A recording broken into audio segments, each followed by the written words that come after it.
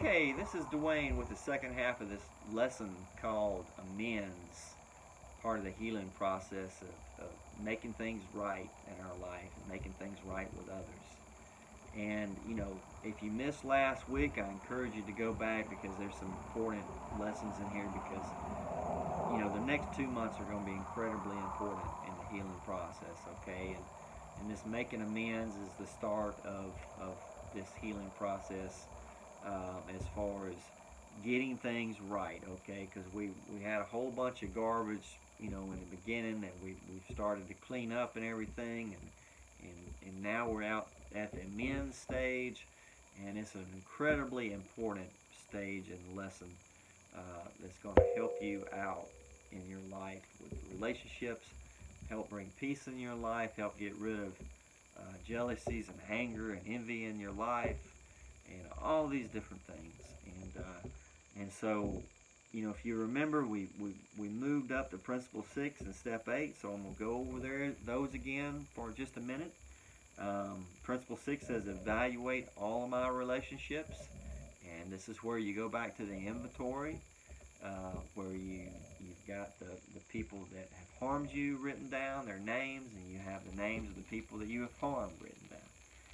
So offer forgiveness to those who have hurt me and make amends for harm I've done to others, except when to do so would harm them or others.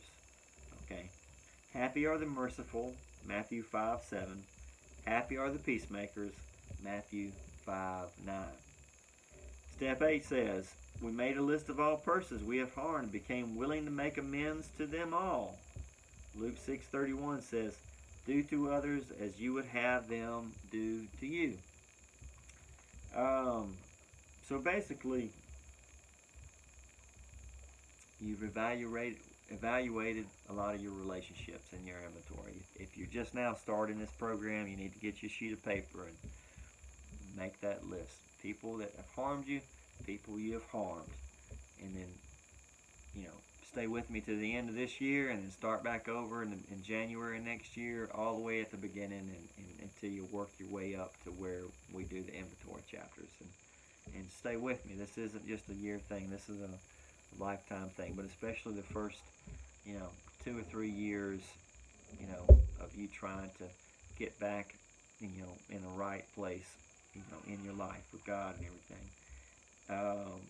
So basically,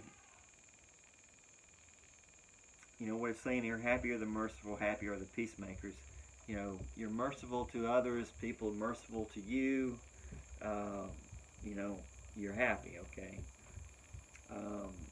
Happy are the peacemakers, people who try to promote peace are generally happier people than those who try to promote destruction, chaos, and violence, okay? Those are not happy people, clearly, okay? So, I told you last week that we're going to do a acrostic for the word amends this week, which was the lesson, and it still is the lesson, amends, this week as well. So, with the letter A in the acrostic is going to be admit the hurt and the harm. So, admit the hurt and the harm, that you've hurt, the hurt inside you, the hurt in others that you've caused, and the harm in yourself and in others. The M in amends stands for make. Make that list, okay? Make that list of people that you have harmed and people that have harmed you. And also, you can even make a third list if you want to. People who you have harmed them and they have harmed you, and you've kind of went back and forth about it. All right, E. The E in amends stands for encourage one another. Some people really respond to encouragement a whole lot, and they need that, especially when they've been whipped down to nothing.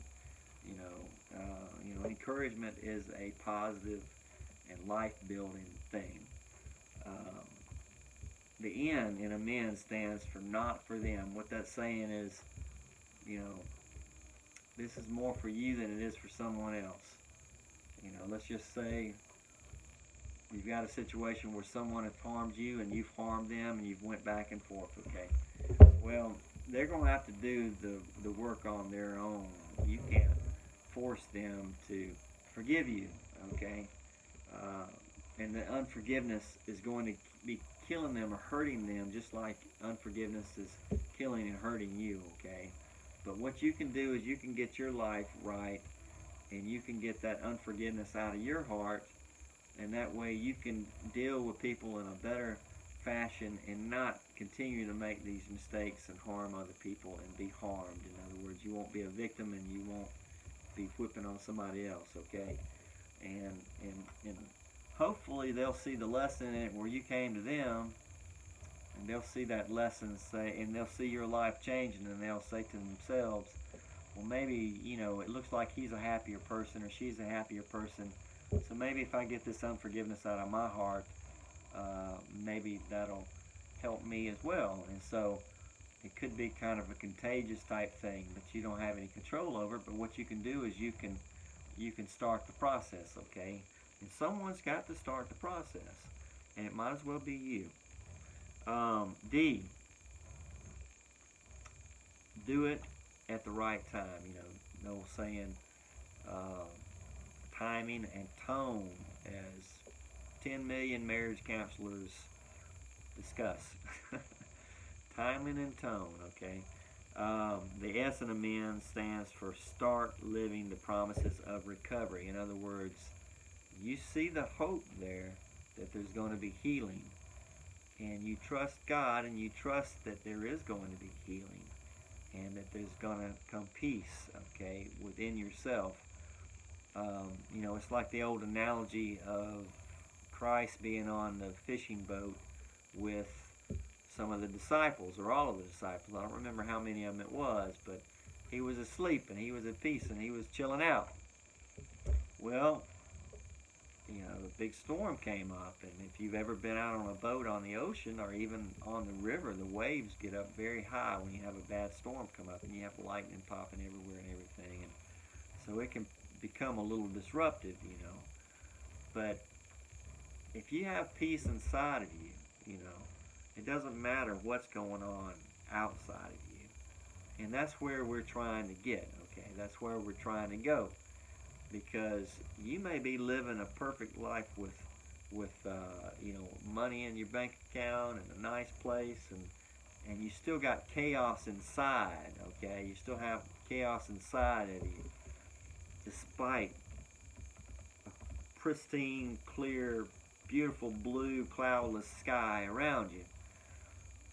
But if you've got chaos inside of you, and then suddenly you find yourself where collectively society just shuts down or gets much worse, and you lose your job, or you lose your house, or you lose your spouse, or all the perfect things around you pretty much turn to trash, it's going to be much more difficult on you than if you have God and if you have peace in your heart. And it's like the ship, the storm's all around. Jesus said, what's wrong? Have faith. Have faith. So if you've got God there, and if you've got that peace in your life, then if there's a lot of stuff going on around you, then you're still going to have that peace, okay? But if you don't, it's going to be 10 times worse, or worse than that. So we're going to get into a little bit more detail on about each one of these things, okay? So we're back to A for admit. Admit the hurt and the harm. Remember that verse, Jeremiah 13, or 6:13 through 6, it says, you can't heal a wound by saying it's not there. In other words, saying it's not there is denial, okay? But the other thing to think of it is denial is basically you're not seeing it at all. You're not seeing the wound at all. And so it's festering and getting more and more infected and hurting and it's causing you a lot of problems. So you have to admit the hurt and the harm. You have to admit the wound that others have caused in you, and you have to admit that you've caused a wound in others. Luke 6:37 says, do not judge others, and God will not judge you. Do not condemn others, and God will not condemn you. Forgive others, and God will forgive you.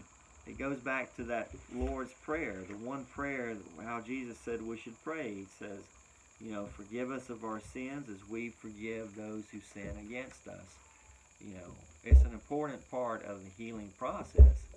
I mean, Jesus is basically, a 2,000-year-old psychologist before the term was even invented.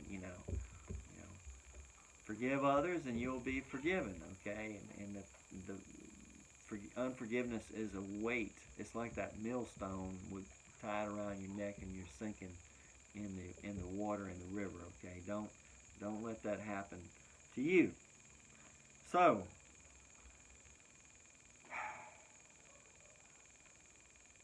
some might say you're becoming aware of yourself. Okay, when you start actually not just recognizing that you've had people hurt you, but when you start recognizing that you've hurt others, and maybe the stuff they did to you weren't as bad as you were making it out to be, and you were just using it for justification to hurt them even more. Okay, so you're actually able to recognize your fault. Carl Jung, as they pronounce his name, he would say is basically integrating the shadow. Integrating your shadow is basically, you've got this side of yourself, this dark side of yourself that you're not recognizing or seeing that's there, and it's doing a lot of damage all around you, and you're like, why is everything falling apart? Because you're not even recognizing. It's like your living room's a china shop, but you've broken all of the china, and you're like, who broke the china? Well, you did in some cases, so you have to admit that. So that's kind of like integrating the shadow, which is basically bringing the dark things you've done to the light so that you can consciously be aware of them, because if you're not aware of them, you can't do anything with them. Okay, and that's what is important. It's not so that you need to judge yourself too harshly or condemn yourself or get all depressed about the bad things you have done. It is to bring those things to light so that you can recognize them and so that you can address them properly and not do them again. Okay? So the M in amends, make a list. This is where you got to go back to your inventory that we did, a couple of 2 or 3 months ago. Column 1 says people you need to forgive, the ones who have hurt you. Column 5 was the hardest one, because again, it goes back to integrating the shadow. It goes back to, forgiving others so that we may be forgiven. People you need to make amends to, people that you have harmed that you haven't admitted to, and it's easy to see the people that hurt you, but it's harder to recognize the people that you've hurt. Okay, so you're refreshing that list. You're working on making amends. In order to find out exactly how to do that, you need a lot of prayer. Okay, I mean, especially if it's someone that you've hurt or has hurt you a lot, you need to pray about it a lot, and don't just go like 5 minutes later go knocking on their front door. Okay, and trying to after they've had a hard day at work, or after they're waiting on supper and their stomach's growling. You've got to be careful, and you got to think about it. Instantly confronting people doesn't always bring the best responses, and so you need to think about it before you do it. And even if you decide to go see them in a good environment, and you can kind of read their body language or see what they're saying, and then realize maybe it's probably not the best time to have that conversation, whatever. So the prayers that you need to do may take weeks, it may take months. Don't wait too long, because you might be procrastinating. But you don't need to just go there a couple of days. You need to pray a lot about it and go to sleep on it, so to speak, as so don't rush, but don't procrastinate either. Okay. So making the decision is the most important thing. Recognizing it and making the decision to do something is the most important thing. The next important thing is praying about how you're going to do it. Okay. And then the next thing is finally, doing it. So don't be impulsive about it, because impulsivity probably brought you on a lot of the problems to begin with. And recognize that. You didn't think it through. You just acted out, or you reacted out, so to speak. Luke 6:31 says, treat others as you would want them to treat you. treat others as you would want them to treat you. All right, the E in amends stands for encourage one another. So, once you come up with a plan on how to make amends, meet with your sponsors and your accountability partner about it, because you've got all these feelings and emotions in it, and you may have your way of doing things, but it's always better to have a third party or fourth party. Sometimes maybe three other parties in case one of them gives you bad advice. But it's always good to have someone else to talk to who can be objective. And what objective means is they're standing outside of the box looking in, okay? And so, they don't have a personal stake in it outside of trying to help you, and they want you to be successful. A good sponsor obviously wants you to be successful. So Hebrews 10:24 says, hold on a second, let me back up here. Hebrews 10:24 says, and let us consider how we may spur one another on towards love and good deeds. In other words, that's what your sponsor's there for, to encourage you and you to encourage them. Encouragement is like fuel, to happiness. I mean, it can be. It really can be. The N in amends is for not for them. Okay, again, this goes back to this is more for you and not for them, although they might see this as an example and improve their life as well, okay? But the way you got to look at it right now at this point is this is for you, this is for your healing, not necessarily for theirs. Let them deal with their own demons, But they may recover just from watching you make the first steps, okay, to making amends. And look, this wasn't a process that you did overnight, okay? So be patient. Don't just jump in their face and expect them to automatically forgive you, okay? Because for one thing, it took you 6 months to even go try to make amends. So it may take them 6 months to receive what you're having to say. So don't be discouraged if it isn't just like hunky-dory and everything is perfect, okay? Because it probably won't be. It might get lucky, but it probably won't be. So you go into it expecting that this is for you and not for them. And you don't want to walk away and say, well, he was a jerk or she was a jerk, and karma this and karma that, and I hope they rot or whatever. You don't want to do stuff like that because you still haven't healed. You want them to heal too, so you pray for that person, okay? You pray for that person, just like you're praying for yourself. But it's mainly for you. But that doesn't mean you need to say ugly things about them if they're not receptive to what you have to say. So don't get offended, You've taken the first step and you've done your part, and that's what's important. And that's where your healing's going to come from. You've taken the first step, and that's where your healing's going to come from. So, like I said, it took a while for you to kind of warm up, so it may take them a while to warm up. So, and warming up may take weeks, may take months, may take a year or two. So,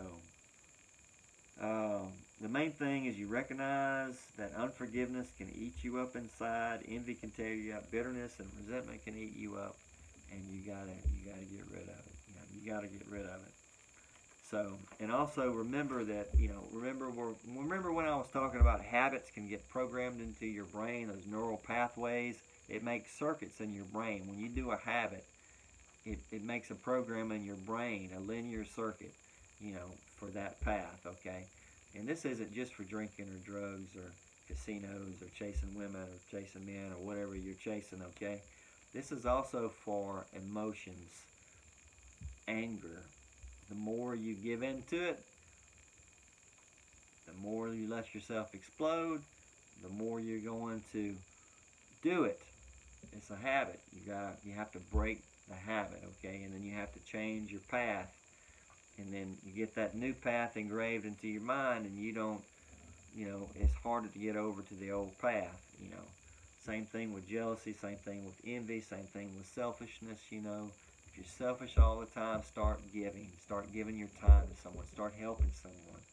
Get on a new path, okay? And it'll change some of those old habits. So, but the things that are hurting you, the things that are killing you, envy and unforgiveness, And those are habits that you got to get out of. You know, the green-eyed monster, man. These things will destroy you. You know, those are certainly bad paths that are engraved into your mind that you need to change. Okay. Um, Someone posted a meme recently, and it basically said, "You want peace? Um, you know, lower your expectations." Okay.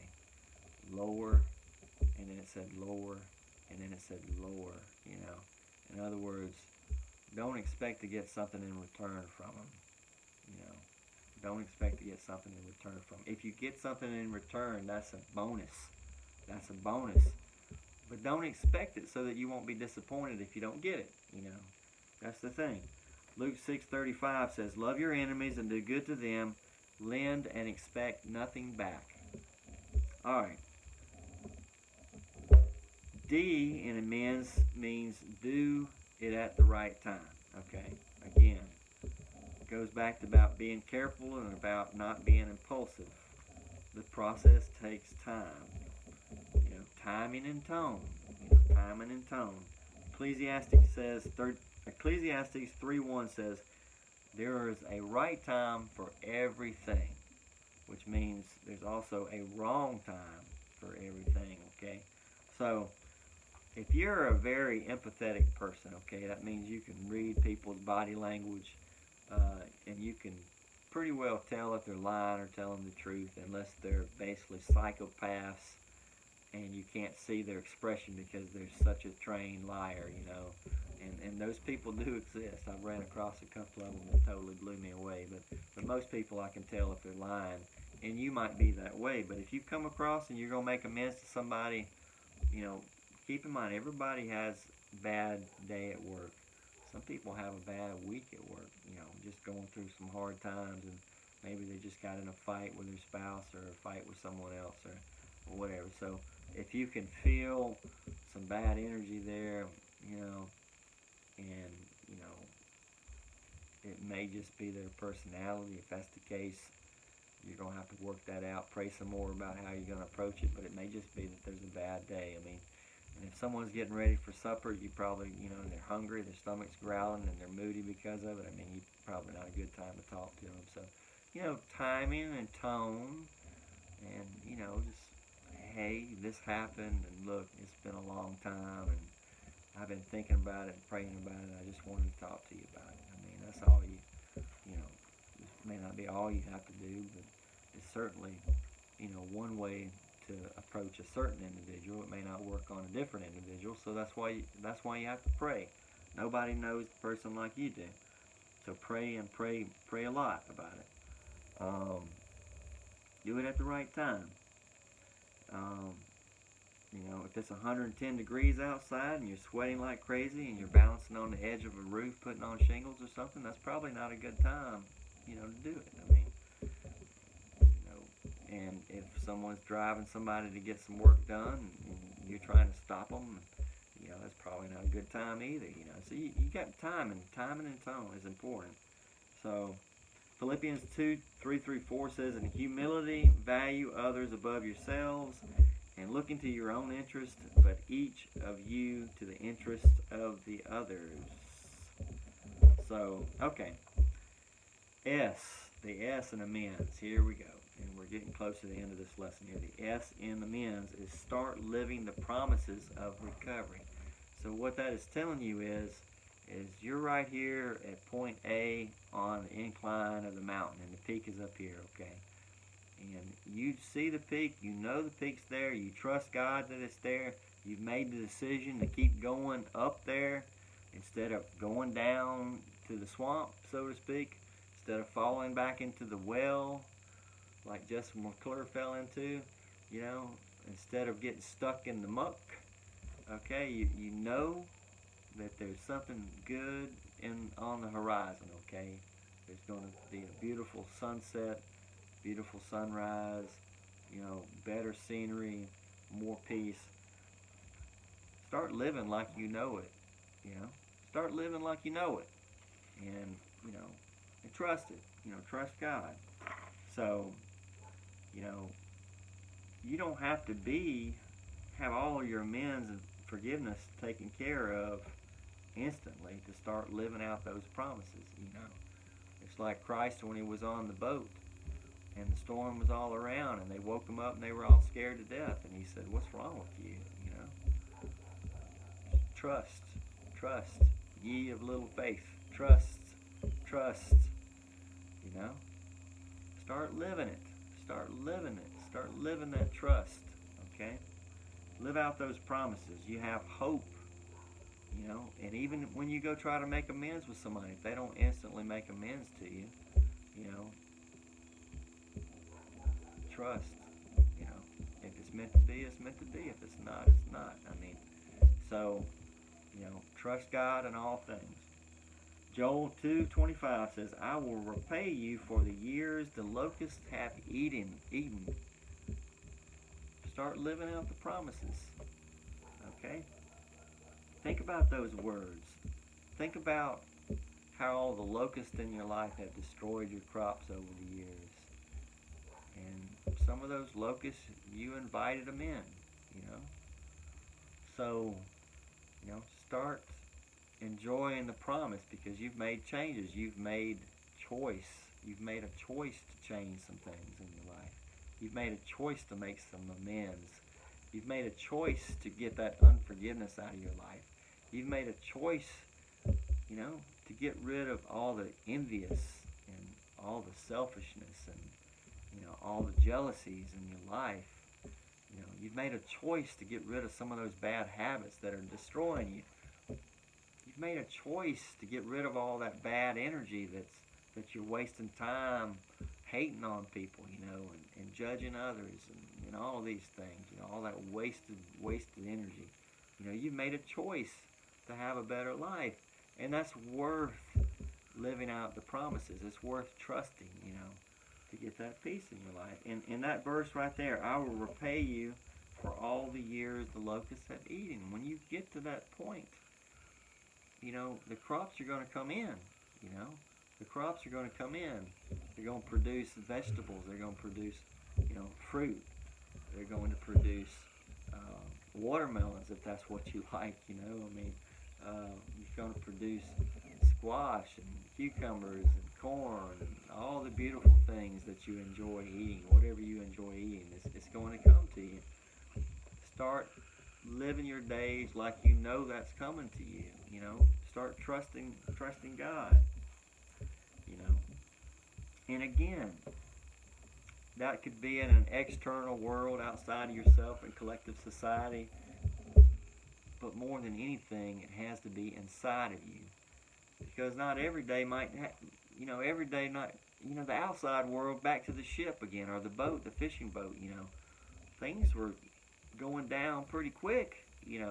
Storm was kind of scary, and everybody was scared except for Jesus. He wasn't scared because he had that. He was living out the promises in his heart. He knew without a shadow of a doubt.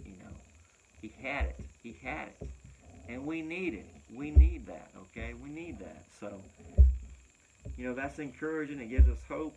It gives us something to work towards. So there's no reason to waste all that energy in destructive things.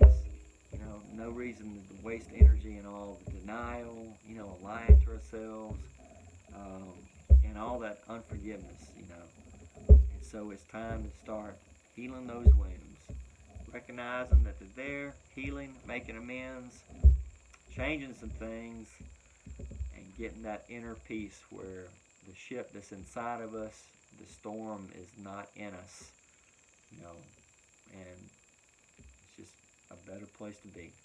So with that, I'm going to end it, but I'm going to tell you before I leave that, pray, pray, pray. Hang in there with me.